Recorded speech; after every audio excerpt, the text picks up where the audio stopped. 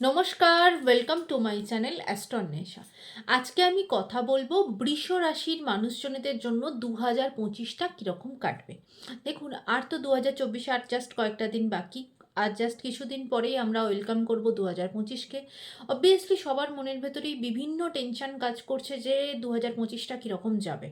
আজকে এই ভিডিওর মাধ্যমে বৃষ লগ্নের বা বৃষ রাশির মানুষজনদের নিয়ে কথা বলবো। দেখুন, সবার প্রথমে হলো 2025টা হলো পরিবর্তনের বছর। তার একটাই কারণ, 2025-এ অনেক বড় বড় প্ল্যানেটরা তার স্থান পরিবর্তন করবে বা তার রাশি পরিবর্তন করবে। সাধারণত দেখুন, আমরা বড় প্ল্যানেটের চেঞ্জেস বলতে বৃহস্পতির চেঞ্জেস, শনির চেঞ্জেস, রাহু কেতু, এই চারটে প্ল্যানেটকেই কিন্তু বার্ষিক ফলাফলের মধ্যে আমরা কনসিডার করব। কারণ বাকি কিছু কিছু যে প্ল্যানেটগুলো আছে সেগুলো হয়তো অল্প দিনের জন্য, কেউ হয়তো 1 মাসের জন্য, কেউ 1.5 মাসের জন্য এরমভাবে তার স্থান পরিবর্তন করবে। কিন্তু এই যে চারটে প্ল্যানেট, এই এই এত বড় বড় এরা প্ল্যানেট, যে এরা যখন তার রাশি পরিবর্তন করে এবং বাকি অনেকটা লম্বা সময় ধরে সে সেখানে অবস্থান করবে, যেখানে সে নতুন করে চেঞ্জ করে যাবে। যেমন ধরুন, শনি স্যাটার্ন 30শে মার্চ তার স্থান পরিবর্তন করে কুম্ভ রাশি থেকে মীন রাশিতে যাবে, আর আপনার জন্য সেটা 10 নম্বর ঘর থেকে 11 নম্বর ঘরে যাবে। এরপরে আসি বৃহস্পতি। বৃহস্পতি 15ই মে তার স্থান পরিবর্তন করে সে বৃষ রাশি থেকে মিথুনে যাবে, আপনার জন্য ফার্স্ট হাউস থেকে সেকেন্ড হাউসে যাবে।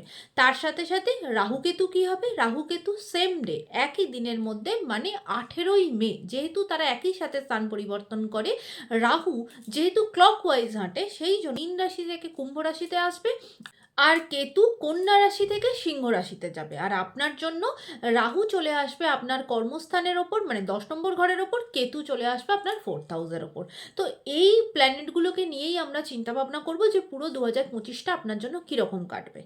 তাহলে দেখুন, সবার প্রথমে আমরা দেখে নিই যে আপনার কেরিয়ারের জায়গাটা কীরকম যাবে পুরো বছর ধরে।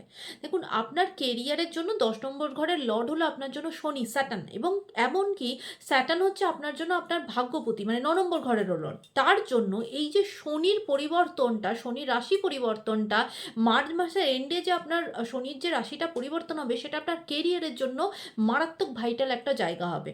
শনি রাশি পরিবর্তন করা মানে মার্চ মাসের এন্ড থেকে মার্চ, এপ্রিল, মে, এই ফেজটাতে কিন্তু আপনারও জন্য কর্মজীবনে চেঞ্জেস আসবে। এবং শনি অবস্থান করবে আপনার 11 নম্বর ঘর। 11 নম্বর ঘরটা হচ্ছে আমাদের জন্য আমাদের গেন হাউস, আমাদের উপার্জনের গেন, আমাদের স্পিরিচুয়াল গেন, আমাদের প্রমোশন, আমাদের প্রপার্টি, সমস্ত রিলেটেড যে গেনগুলো আমরা আমাদের জীবনে কী কী পাবো, সেই সমস্ত কিছু হচ্ছে আমাদের জন্য 11 নম্বর ঘর। আর এই 11 নম্বর ঘরে যখন শনি চলে আসবে, আপনার জীবনেও কিন্তু গেন নিয়ে আসবে। এবং বিশেষ করে আপনার ওই যে সময়টায়, মার্চ মাসের এন্ড থেকে এপ্রিল, মে, এই যে ফেজটা আপনার জীবনে, আপনার কর্মজীবনে কিন্তু চেঞ্জেস আসবে। ডিপার্টমেন্টের পরিবর্তন হওয়া বা আপনার কাজের প্যাটার্নের পরিবর্তন হওয়া, জিনিসগুলো কিন্তু, বা একটা রীতিমতো ট্রান্সফারের যোগ তৈরি হওয়া, এই ফেজটাতে কিন্তু আপনার দূরবর্তী জায়গাতে ট্রান্সফার হতে পারে। এই ফেজগুলো কিন্তু আপনার জীবনে আসতে চলেছে।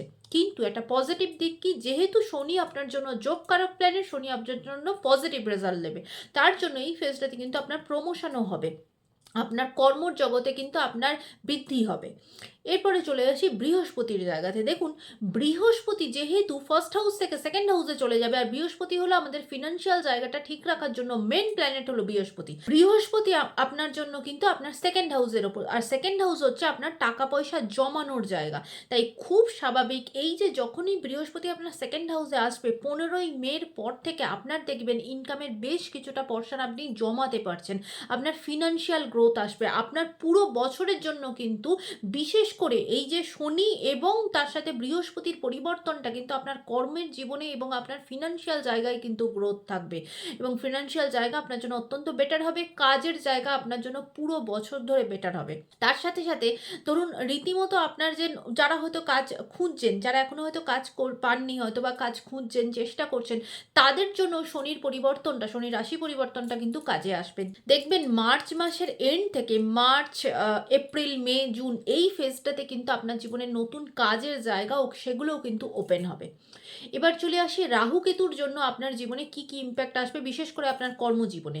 আপনার কর্মজীবনে যেই রাহুর ট্রানজিট চেঞ্জ হবে, রাহু কেতু কিন্তু আপনার কর্মজীবনে এফেক্ট তৈরি করবে। 18ই মে থেকে যখনই রাহু কেতুর চেঞ্জেস আসবে, আপনার কিন্তু এই ফেজটাতে বাড়ির থেকে দূরবর্তী জায়গাতে একটা ট্রান্সফারের যোগ তৈরি হচ্ছে। এই সময়টাতে কিন্তু আপনি আপনার এলাকা থেকে বাইরে আপনাকে যেতে হবে, কারণ 4th হাউসে কেতু থাকছে, যেখানে যেহেতু রাহু দেখছে, দুটো ম্যালেফিক প্ল্যানেটের জায়গা যখন 4th হাউসের ওপর তৈরি হচ্ছে, ওই সময়গুলোতে কিন্তু, এবং শনির রাশি পরিবর্তন, আপনার কর্মজীবনে কিন্তু একটা দূরবর্তী স্থানে আপনার বদলি হওয়া, ট্রান্সফারের যোগ কিন্তু তৈরি হচ্ছে। এরপরে চলে আসি আপনার জন্য আপনার প্রেমের সম্পর্কের জায়গাটা কীরকম থাকবে। দেখুন, এই প্রেমের সম্পর্কের জায়গাটাতে কিন্তু আপনার প্রবলেম আসবে। তার একটাই কারণ যে শনি একে তো স্থান পরিবর্তন করে আপনার নিজের ওপর, ফার্স্ট হাউসের ওপর একটা ইম্প্যাক্ট তৈরি করবে, তার সাথে সাথে সে তার 7 নম্বর দৃষ্টিতে কিন্তু 5 নম্বর ঘরকে দেখছে। 5 নম্বর ঘর হলো প্রেমের সম্পর্কের জায়গা, আর শনি যেখানে দৃষ্টি দেয় সেই জায়গাটাতে কিন্তু প্রবলেম আসে। তার জন্য কিন্তু আপনার প্রেমের সম্পর্কের জায়গাতে কিন্তু প্রবলেম আসবে, সেখানে মিসআন্ডারস্ট্যান্ডিংয়ের প্রবলেম হবে। বিশেষ করে দেখুন, কোনো একটা প্ল্যানেট যখন তার রাশি পরিবর্তন করে, ঠিক যখন আমরা নিজেদের স্থান পরিবর্তন করে সেখানে গিয়ে সেট হতে কিছুদিন টাইম লাগে। ধরুন, আপনি আপনার বাড়ি থেকে অন্য কোথাও গেলেন, অন্য কোথাও ট্রান্সফার হয়ে গেলেন, সেখানে একটা সেট হচ্ছে আপনার বেশ কিছুদিন টাইম অন্তত লাগে, 2-3 মাস সেখানে গিয়ে সেট হতে টাইম লাগে। ঠিক সেরকম শনি এই যে রাশি পরিবর্তন করবে, তারও সেই জায়গাটাতে সেট হতে একটা টাইম লাগবে। নেক্সট এই শনি রাশি পরিবর্তনের নেক্সট 3-4 মাস কিন্তু আপনার প্রেমের সম্পর্কের জায়গাতে প্রবলেম আসবে। সেই জায়গায় সম্পর্কের জায়গায় কিন্তু রীতিমতো ব্রেকআপ পর্যন্ত সিচুয়েশন তৈরি হতে পারে, তাই সেই জায়গায় সাবধান থাকবেন। বিশেষ করে মার্চ, এপ্রিল, মে, জুন এই 4 মাস কিন্তু নিজেদের সম্পর্কের জায়গায় সতর্ক থাকবেন, কেয়ারফুল থাকবেন। এরপরে চলে আসি এই ফেজটাতে, যেহেতু 5 নম্বর ঘর পড়াশোনার জায়গা এবং স্টুডেন্টদের জন্য খুব ইম্পর্ট্যান্ট জায়গা, তাদের পড়াশোনার ক্ষেত্রেও কিন্তু প্রবলেম আসবে, কিছুতেই মন বসাতে পারবেন না, বা নতুন সুযোগ সুবিধাগুলো দেখবেন একটু যেন মনে হবে সেইভাবে সুযোগটা আসছে না। কোথাও না কোথাও সেই ফেজটাতে পড়াশোনার জায়গাতে কিন্তু এই 4টে মাস খুব কেয়ারফুল থাকতে হবে, বা নিজেদের পরিশ্রমের জায়গাটা, পরিশ্রমের লেভেলটা অনেকটা বেশি বাড়াতে হবে।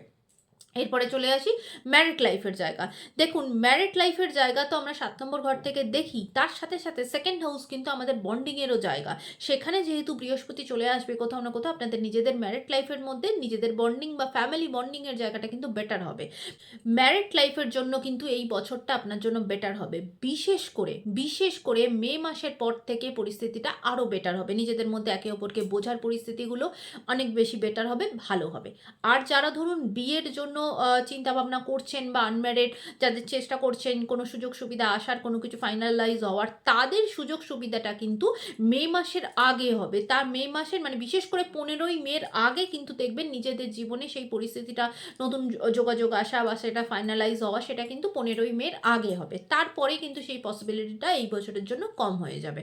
তবে ম্যারিড লাইফের জায়গা কিন্তু ওভারঅল পুরো বছর ধরে ঠিক থাকবে, ভালো থাকবে। এরপরে চলে আসি হেলথের জায়গাটা। দেখুন, বৃহস্পতি যখনই আপনার ফার্স্ট হাউস থেকে সেকেন্ড হাউসে চলে আসবে, সে সোজাসুজি 6th হাউসকে দেখছে। আর বৃহস্পতি বিশেষ করে আমাদের লিভার, ফ্যাটি লিভার এই ধরনের প্রবলেমগুলো নিয়ে আসে, এবং বিশেষ করে আমাদের শরীরের মধ্যে দেখবেন আপনার এই ফেজটাতে না আপনার ওয়েট বাড়বে, কিছুতেই হাজার চেষ্টা করলেও দেখবেন যতটা কমানোর কথা আপনি কিন্তু ওয়েট কমাতে পারবেন না। কারণ বৃহস্পতি এমন একটা প্ল্যানেট, সে হয়তো নিজে যেহেতু বিশাল বড় একটা প্ল্যানেট, সে আমাদের শরীরেও কিন্তু ফ্যাট জমাতে থাকে, ঠিক আছে? তার জন্য আপনার এই ধরনের ইস্যু একটু হতে পারে, তাই অবভিয়াসলি সেখানটাতে একটু খেয়াল করবেন, এবং নিজের লিভার, ফ্যাটি লিভার হওয়ার চান্সেস, লিভার রিলেটেড কোনো রকম কোনো হেলথ ইস্যু তৈরি হওয়া, পেট নিয়ে কিন্তু বিশেষ করে ভুগবেন, তাই পেটের জায়গাতে কেয়ারফুল হবেন। এই জায়গাটা থেকে হেলথ ইস্যু তৈরি হতে পারে। বিশেষ করে এই 15ই মের পর থেকে এই হেলথ ইস্যুর জায়গাটা একটু বেশি হবে, সেই জায়গাটাতে একটু কেয়ারফুল থাকতে হবে। আরেকটা জিনিস কি, দেখুন এই ফেজটাতে না কোথাও আপনার বিশেষ করে এই বছর, বা বলা যায় যে বিশেষ করে এই এপ্রিল, মে, জুন এই ফেজ থেকে যে সময়টা শুরু হবে, এই সময় কিন্তু আপনার জন্য একটু শত্রুতাও কিন্তু বৃদ্ধি পাবে। আপনার অন্য মানুষ আপনার প্রতি যে হিংসা যে ব্যাপারটা, সেটা কিন্তু বৃদ্ধি পাবে। দেখুন, এই যে ধরুন আপনার কাজের জায়গা অনেকটা বেটার হবে, ফিনান্সিয়াল জায়গা বেটার হবে, কোথাও না কোথাও এর জন্য একটা শত্রুতা বা যেটা বলি আমরা হিংসা, এই জায়গাটা কিন্তু আপনার প্রতি একটু বৃদ্ধি হবে। সেই দিকটাতে কিন্তু আপনাকে একটু কেয়ারফুল থাকতে হবে। আশা করি সকলের ভালো লেগেছে। মোটামুটি ওভারঅল এইরকম আপ ডাউনের মধ্যে, ভালো খারাপের মধ্যে পুরো বছরটা কাটবে। সকলের জন্য এই বছরটা অত্যন্ত ভালো যাক, এটাই ভগবানের কাছে প্রার্থনা। যদি ভালো লেগে থাকে লাইক, শেয়ার, সাবস্ক্রাইব করতে ভুলবেন না। সকলে ভালো থাকবেন, সুন্দর থাকবেন, সুস্থ থাকবেন।